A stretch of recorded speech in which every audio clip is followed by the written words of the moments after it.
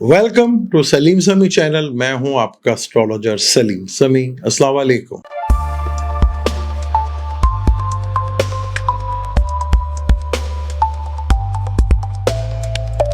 वैसे मैं आपके लिए नई से नई चीज लेकर आता हूं कि आपको इंफॉर्मेशन मिले, लेकिन आप ज़्यादा इसके कायल तो नहीं, लेकिन मेरी आदत है क्योंकि कुछ ना कुछ तो लोग हैं जो इंटरेस्ट रखते हैं और मेरा भी शौक है कि मैं आपको कुछ ना कुछ ज़रूर दूं।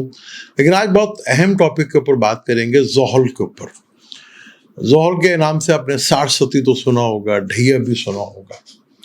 अच्छा, ये मेजोरिटी में वैदिक एस्ट्रोलॉजी तो यहाँ पे कम ही करते हैं लोग। ख़ास तौर पर यूट्यूबर पे तो मैंने देखा कि कम लोग हैं जो वैदिक एस्ट्रोलॉजी करते हैं। ये सारस्वती, ये ढैया, ये अपना प्योर प्योर वैदिक एस्ट्रोलॉजी की कंडीशंस है। वैदिक एस्ट्रोलॉजी इस टर्म को यूज़ करते हैं, वेस्टर्नरों ने भी यूज़ कर दिया क्योंकि इसका असर तो होता है, इसमें कोई शक नहीं है।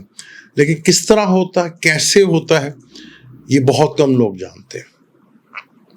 सैटर्न एक कैरियर का भी मालिक है, यानी कि कैरियर को जब भी आपने देखना हो तो सैटर्न को इग्नोर आप कभी कर नहीं सकते।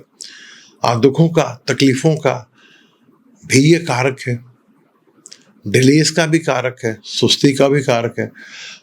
हमारे दो इम्पोर्टेंट घर जो काल पुरुष कुंडली से अगर हम देखें तो 10वां घर कैरियर का घर होता है और 11th हाउस इनकम का घर होता है। इन दोनों घरों का ये मालिक कहलाता है सैटर्न। तो सैटर्न बहुत इंपॉर्टेंट प्लेनेट है, बहुत।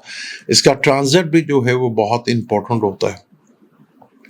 जब भी ये ट्रांजिट करता है ज़िंदगी में एक बड़ा बदलाव, बड़ा चेंज जो है वो देखने को मिलता है। जैसे 29 मार्च 2025 को सैटर्न पाइसिस में आया है और ये 30 साल के बाद इधर आया।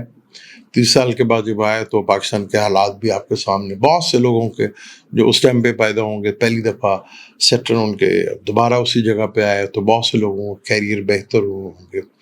जो यंगस्टर हैं, बहुत से लोगों को टेंशन आई होगी इस समय। सैटर्न से ढैया सारस्वती तो आपको पता है कि सैटर्न से अगर मून बड़ा इम्पोर्टेंट होता है। मून से ज़्यादा चीज़ों को देखा जाता है कि मून अगर से सैटर्न 12वें घर में हो, लगन में जहाँ पे मून बैठा है वहाँ पे सैटर्न बैठा हो और मून से अगले घर में हो तो सारस्वती कहते हैं उसे। मून से 4th हाउस में और 8th हाउस में अगर हो तो उसे ढैया कहते हैं। ये तो आपने सुना होगा, काफ़ी एस्ट्रोलॉजर को मुझसे सुना होगा। हमारे यहाँ तो ऐसे भी एस्ट्रोलॉजर जो सन से भी सारस्वती लग रही है, लगन से भी सारस्वती लग रही है, वो महल बाकी जो 5 है वही रह गए। अगर उससे भी लगाते तो कोई महल बुरी बात नहीं है, वो बस सारस्वती या ढैये पे लगा के रखना है। इससे एक और बड़ी इंपॉर्टेंट चीज़ देखा जाता है कि सैटर्न जहाँ भी बैठा हो, जब मैं इसके ऊपर डिटेल के साथ बात करूँगा आपको, अगर आपका इंटरेस्ट हुआ तो तभी करूँगा, अदरवाइज तो मैं नहीं करूँगा। क्योंकि आपका इंटरेस्ट अगर हुआ तो ज़रूर करूँगा कि सैटर्न जहाँ बैठता है उससे कौन से घर में आपसे जो है प्रॉब्लम्स आ सकती है, आपको कौन से घर से प्रॉब्लम आपको आ सकती है। वो आपकी अपनी गलती भी हो सकती है, ये किसी वजह से भी आ सकती है। और उसका सोर्स क्या बनेगा प्रॉब्लम्स का, वो सोर्स किस घर से देखेंगे वो भी देखेंगे, और प्रॉब्लम कहाँ से आ सकती है और उसका सोर्स कौन बनेगा वो बड़ा इंपॉर्टेंट है। कि सैटर्न जहाँ पे, जैसे आजकल सैटर्न पाइसिस में बैठा हुआ, तो हम ट्रांजिट से शुरू करेंगे। 12 जोडिक से लेंगे, हमल के कहाँ पे बैठा हुआ है, टॉरस के किधर है, जमनाय के किधर है, कैंसर के किधर है, ल्यू के किधर है, विर्गो के किधर है, लिब्रा का कहाँ पे है, स्कॉर्पियो का किधर है, सेजिटेरियस का किधर है, कैप्रिकॉर्न का किधर है, एक्वेरियस का किधर है, पाइसिस का। तो हम ज़ोडिक साइन को देखेंगे।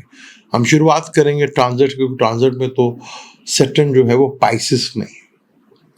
बुर्ज हमल से बात करें तो बुर्ज हमल का तो ये 12th हाउस बनता है, तो उनको आप सारस्वती भी कह सकते हैं। जिनका मून साइन एरीज का होगा, ये पाइसिस वाले होंगे, तो उनको तो सारस्वती लगी हुई है। तो ये वैदिक एस्ट्रोलॉजी से बात करूं, वेस्टर्न वाले ना कभी अपने आप को देख लें कि वेस्टर्न के हिसाब से तो सारस्वती होती नहीं। और आप वैसे भी सन से चलते हैं कि जी 21 सितंबर को, 22 सितंबर को या 20 सितंबर को सन हाउस चेंज करता है, तो आप उसी से अपने आप को लेते हैं। वैदिक एस्ट्रोलॉजी में सन जो है वो 13 से शुरू होता है, मैक्सिमम 17 सितंबर तक या अगस्त तक जाता है वैसे, वरना ये 15, 16, 14 अरसे में ये रहता है। अभी जैसे 16 को आज जो है सन ट्रांजिट करेगा, उसकी वीडियो कल इंशाल्लाह ताला आपको मिलेगी कि सन का ट्रांजिट, वो हमेशा मैं आपको बताता हूँ सन का ट्रांजिट जो है। तो सैटर्न बड़ा ही इम्पोर्टेंट है।